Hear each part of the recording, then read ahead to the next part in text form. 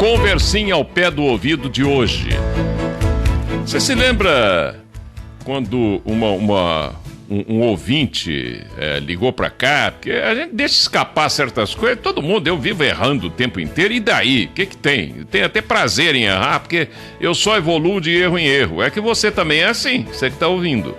O Ailton Dias é assim também, o Papa Bento XVI... O Jônio na presidência da Bandeira, todo mundo é assim, você vai errando. O Lula na presidência da República é que a gente não tem conhecimento de como funcionam as leis cósmicas. E não adianta falar, porque as pessoas ainda não têm muita cabeça para entender isso, né? E nem eu também não tenho. Somos todos psicomentalmente infantis ainda. E eu deixei escapar falando sobre nepotismo, sobre síndrome de Down, né? Falei, um indivíduo para pegar uma pessoa portadora de síndrome de Down e botar lá como assessor dele, porque a mulher fica em cima do pé dele, fala, o menino é tão bonzinho, põe ele lá e tal. Aí um ouvinte se sentiu ferido, eu não falei nome, não falei nada, mas ele se sentiu ferido.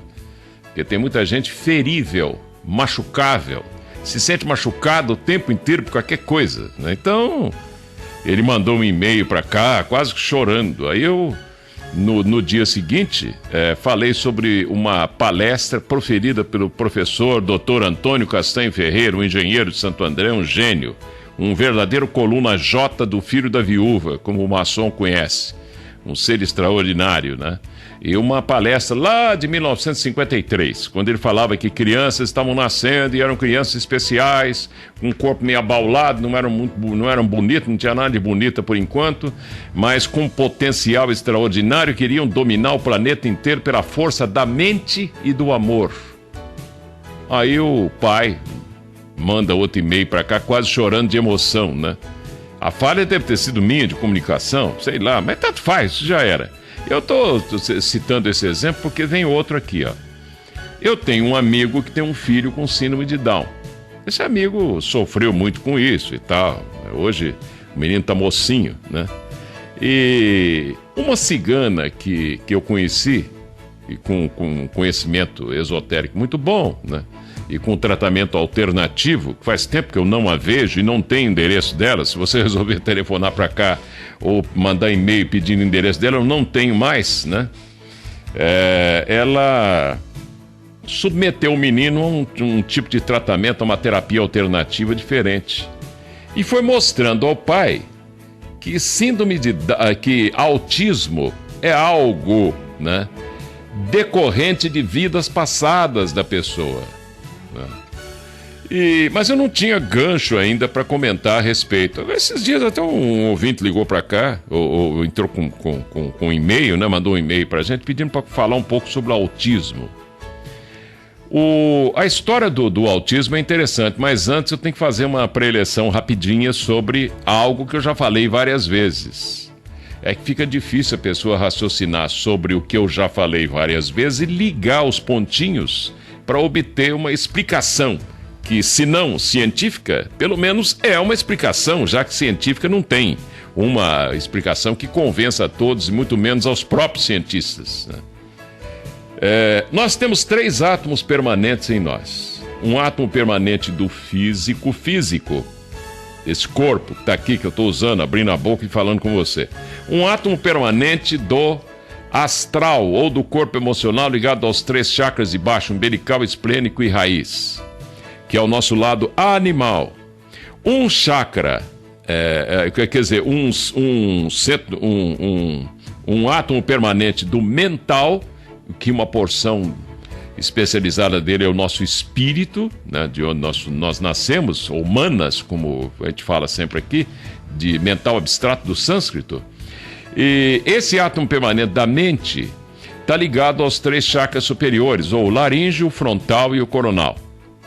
Chocando-se a intuição que vem de cima, que é muito pouca ainda, por isso que o ser humano ainda é muito tão infantil, tão bobinho ainda, pegando a intuição que vem de cima dos 3 chakras superiores, do coronal, o frontal e o laríngeo, com o lado animal nosso e as sensações que entram pelos 5 sentidos ainda em desenvolvimento, porque não tem nada pronto, o ser humano não está pronto. Você se sente pronto e acabado com tanta falha, tanta incompreensão, tanto problema? Claro que não. Você não está pronto, nem eu, nem ninguém. Então, esses três de cima, chakras de baixo, as sensações que entram pelos 5 sentidos, olfato, gustação, tato, visão, audição, essas sensações em choque com a intuição que vem de cima, ou divina, ou cósmica. Divi é uma radical, que numa língua morta antiga quer dizer cósmico, né, que vem do cosmos. Cosmos é tudo que está brilhando por aí, né? Dá o humano ou racional no cardíaco. E justamente no ventrículo esquerdo nós temos esses 3 átomos permanentes. Tudo que você apronta com o físico, você vai pagar por isso. A lei divina é implacável, senão o ser humano não aprende. Não tem perdão, não adianta que não tem perdão, senão o ser humano não aprende. O pai é rigoroso nesse aspecto, mas não é rigoroso no assunto punitivo. As pessoas são avisadas, se você continuar bebendo o tempo inteiro, você vai morrer com cirrose. Eu que já morri com cirrose em vidas passadas e me lembro dessas vidas. Hoje eu tenho, por exemplo, varizes de esôfago.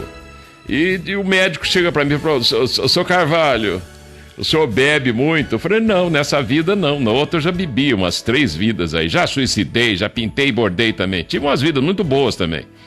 Mas aí o médico, quando acredita nisso, tudo bem, né? Tem alguns médicos, tem médico espírita, tem médico esotérico, tem médico evangélico, tem médico católico, como tem jornalista católico, jornalista, é tudo assim. A diversidade é que é interessante na sociedade, cada um respeitando ao outro, né? Ora, então eu disse pro médico: não bebi nessa vida. Então já vi com o fígado meio atrapalhado, misturando com leucemia, com não sei o que mais. Então deu esse quadro, de vez em quando estoura uma veia no esôfago, você tem que correr para o hospital, até que faça um tratamento definitivo para segurar essas varizes, né, de esôfago. Então eu tenho exemplo pessoal meu, e me lembro disso, né? O que acontece com o indivíduo que bebe muito? Ele pode vir também com atresia das vias biliares. Uma criancinha novinha, o pai é normal, a mãe é normal, não há incompatibilidade e tal. Você vai examinar geneticamente, tem mutação genética, claro, mas veio de onde? Ninguém sabe, né? A explicação que tem é essa. A criança, noutra vida, foi um bebum danado, né? Outros já vem com um problema de pulmão, asma, bronquite, sei lá o que mais, e não tem explicação também. Tudo normal na família, ele não, né? Será que não teria sido um cara que fumou muito algum tempo atrás aí? Porque o cigarro faz tempo que existe, né? Vai saber. No caso do autismo, eu contei uma história aqui antes, mais um pouquinho só para a gente entrar no autismo. Eu contei uma história aqui, por exemplo, de faquires na Índia. Ainda deve ter algum bobão lá fazendo isso até hoje, né? Que o indivíduo conseguia, mediante a prática de certas yogas, entrar numa espécie de sono paranispânico, como se fosse uma catalepsia. Ele para os órgãos todos dele, entra dentro de um caixão de defunto e se enterra lá dentro, e todo mundo, a cidade inteira lá vendo aquele sujeito, para ganhar dinheiro, e faz isso, né? E fica lá dentro da terra 15 dias, com polícia perto, todo mundo verificando se ele não sai de lá. Depois de 15 dias lá dentro, ele combina com um parente dele, com não sei o quê, tira o caixão, 3 da tarde ele acorda e o coração começa a bater de novo e ele dá uma espreguiçada e fala: manda comida pra mim. E tem gente que acha isso aí o fim da picada, o cara é um super-homem, ele é isso, ele é aquele. Não, ele é um bobo. Sabe por quê? O átomo permanente dele registra isso. Aí ele volta como um grande ator aqui no Brasil, um locutor de rádio, sei lá se eu também já fiz essa bobagem lá atrás, né?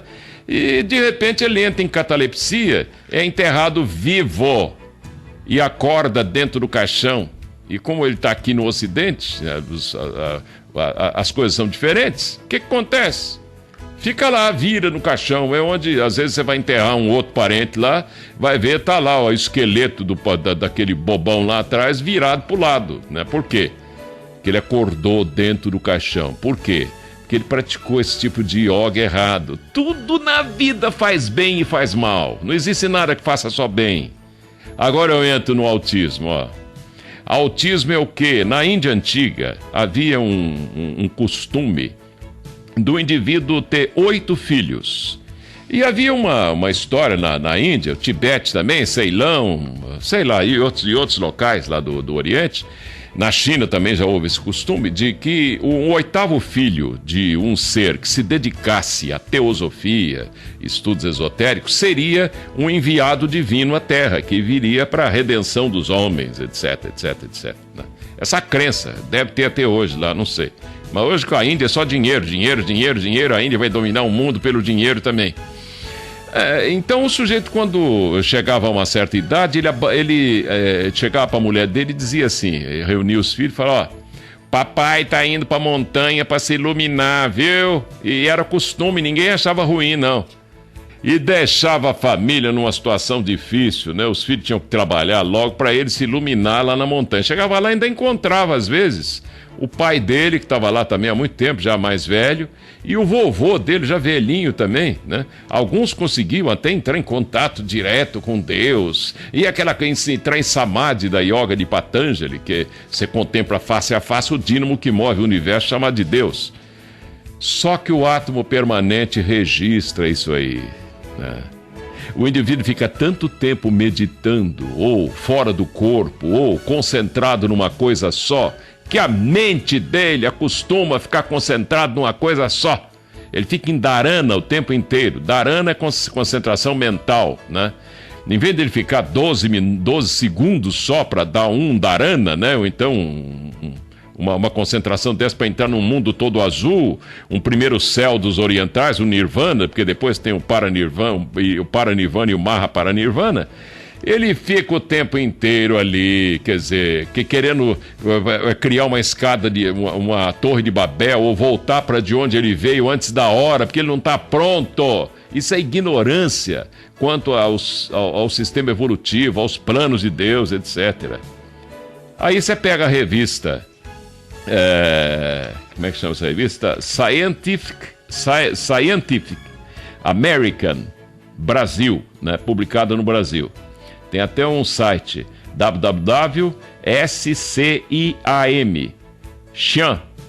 SCIAM.com.br. Você entra no site da revista.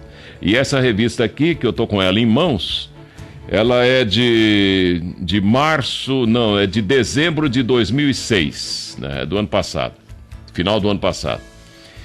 E um material interessante sobre autismo, espelhos quebrados. Estudos sobre sistemas de neurônios de espelho podem revelar as causas da doença e ajudar pesquisadores a desenvolver novos métodos de diagnóstico e tratamento do autismo. Crianças com autismo têm dificuldade de interagir socialmente porque seu sistema de neurônios de espelho não funciona adequadamente. Por quê? Eu estou dando um motivo esotérico, o científico não interessa, você pega a revista e vai ler. A pessoa se afasta. Você não está acostumado a ouvir que tem gente que fala aí que prefere os animais do que os seres humanos? Cuidado, compadre. Você tem que viver entre os seres humanos. É muito gostoso você gostar de um animal, de um cachorrinho, de um gatinho e tal. Mas cuidado com essas afirmações idiotas, bobas. Prefiro os animais do que os seres humanos. O isolamento faz provocar mutações genéticas em você. Esses que ficavam o tempo todo concentrados em dharana, antigamente, voltam a encarnar porque eles não vão para o nirvana que eles imaginam que vão, porque não chegou a hora ainda. E então o átomo permanente registra e ele vem com a genética dele modificada, o mapa genético modificado. Esse é o autista. Essa é a explicação que alguns ouvintes já pediram para a gente dar aqui do aspecto esotérico. O autista é um indivíduo com uma inteligência fora do comum. Tanto que tem um filme que mostra isso com Bruce Willis, onde um menino, ele faz contas, ele é capaz de multiplicar 2.427.000 vezes 3.498.300, né? Ele multiplica tudo de cabeça e dá a resposta imediata. Por quê? Ele é raciocínio puro, ele é mental puro quase. Aquilo que o Kant não conseguiu, Immanuel Kant, a crítica da razão pura. Hans Kelsen, né? A razão pura na área do direito, da filosofia do direito, não conseguiu. Aquele camarada pela meditação chegou lá. Só que chegou antes da hora, sem compreender as leis cósmicas, sem entender como é que funcionam os nossos corpos sutis. Pronto, vem um autista na vida seguinte aí, ó. Você desequilibra o seu karma pelo bem, excesso de bem desequilibra o karma. Você desequilibra o seu karma por excesso de mal. O equilíbrio não pode ser total, a gente fala isso aqui todos os dias. Aí eu me lembro do saudoso Diaulas Riedel, dono da editora Pensamento, tive a oportunidade de ser seu amigo, né? Já falecido. O Diaulas um dia disse para mim assim: Carvalho, eu prefiro seguir na correnteza da evolução do que dar uma aí de cara que quer se iluminar, virar Deus, virar filhote de Deus e tal, né? E eu ainda disse para ele: pois é, Diaulas, mas seguir na correnteza da evolução com consciência de quem você é, o que você está fazendo aqui e por amor à humanidade, não escravo da humanidade. A humanidade faz de você o que você quer. Você pode até meter a mão na orelha de um irmão seu de humanidade, mas ele não pode fazer de você o que ele quer, né? Mas você o está ajudando, querendo ele ou não. Porque da sua cabeça não sai um pensamento sequer no sentido destrutivo para a humanidade ou para um irmão seu, ou uma palavra para destruí-lo, né? Mas você não é um bobão, um palhaço que fica dando outra face para levar a mão na cara, não, né?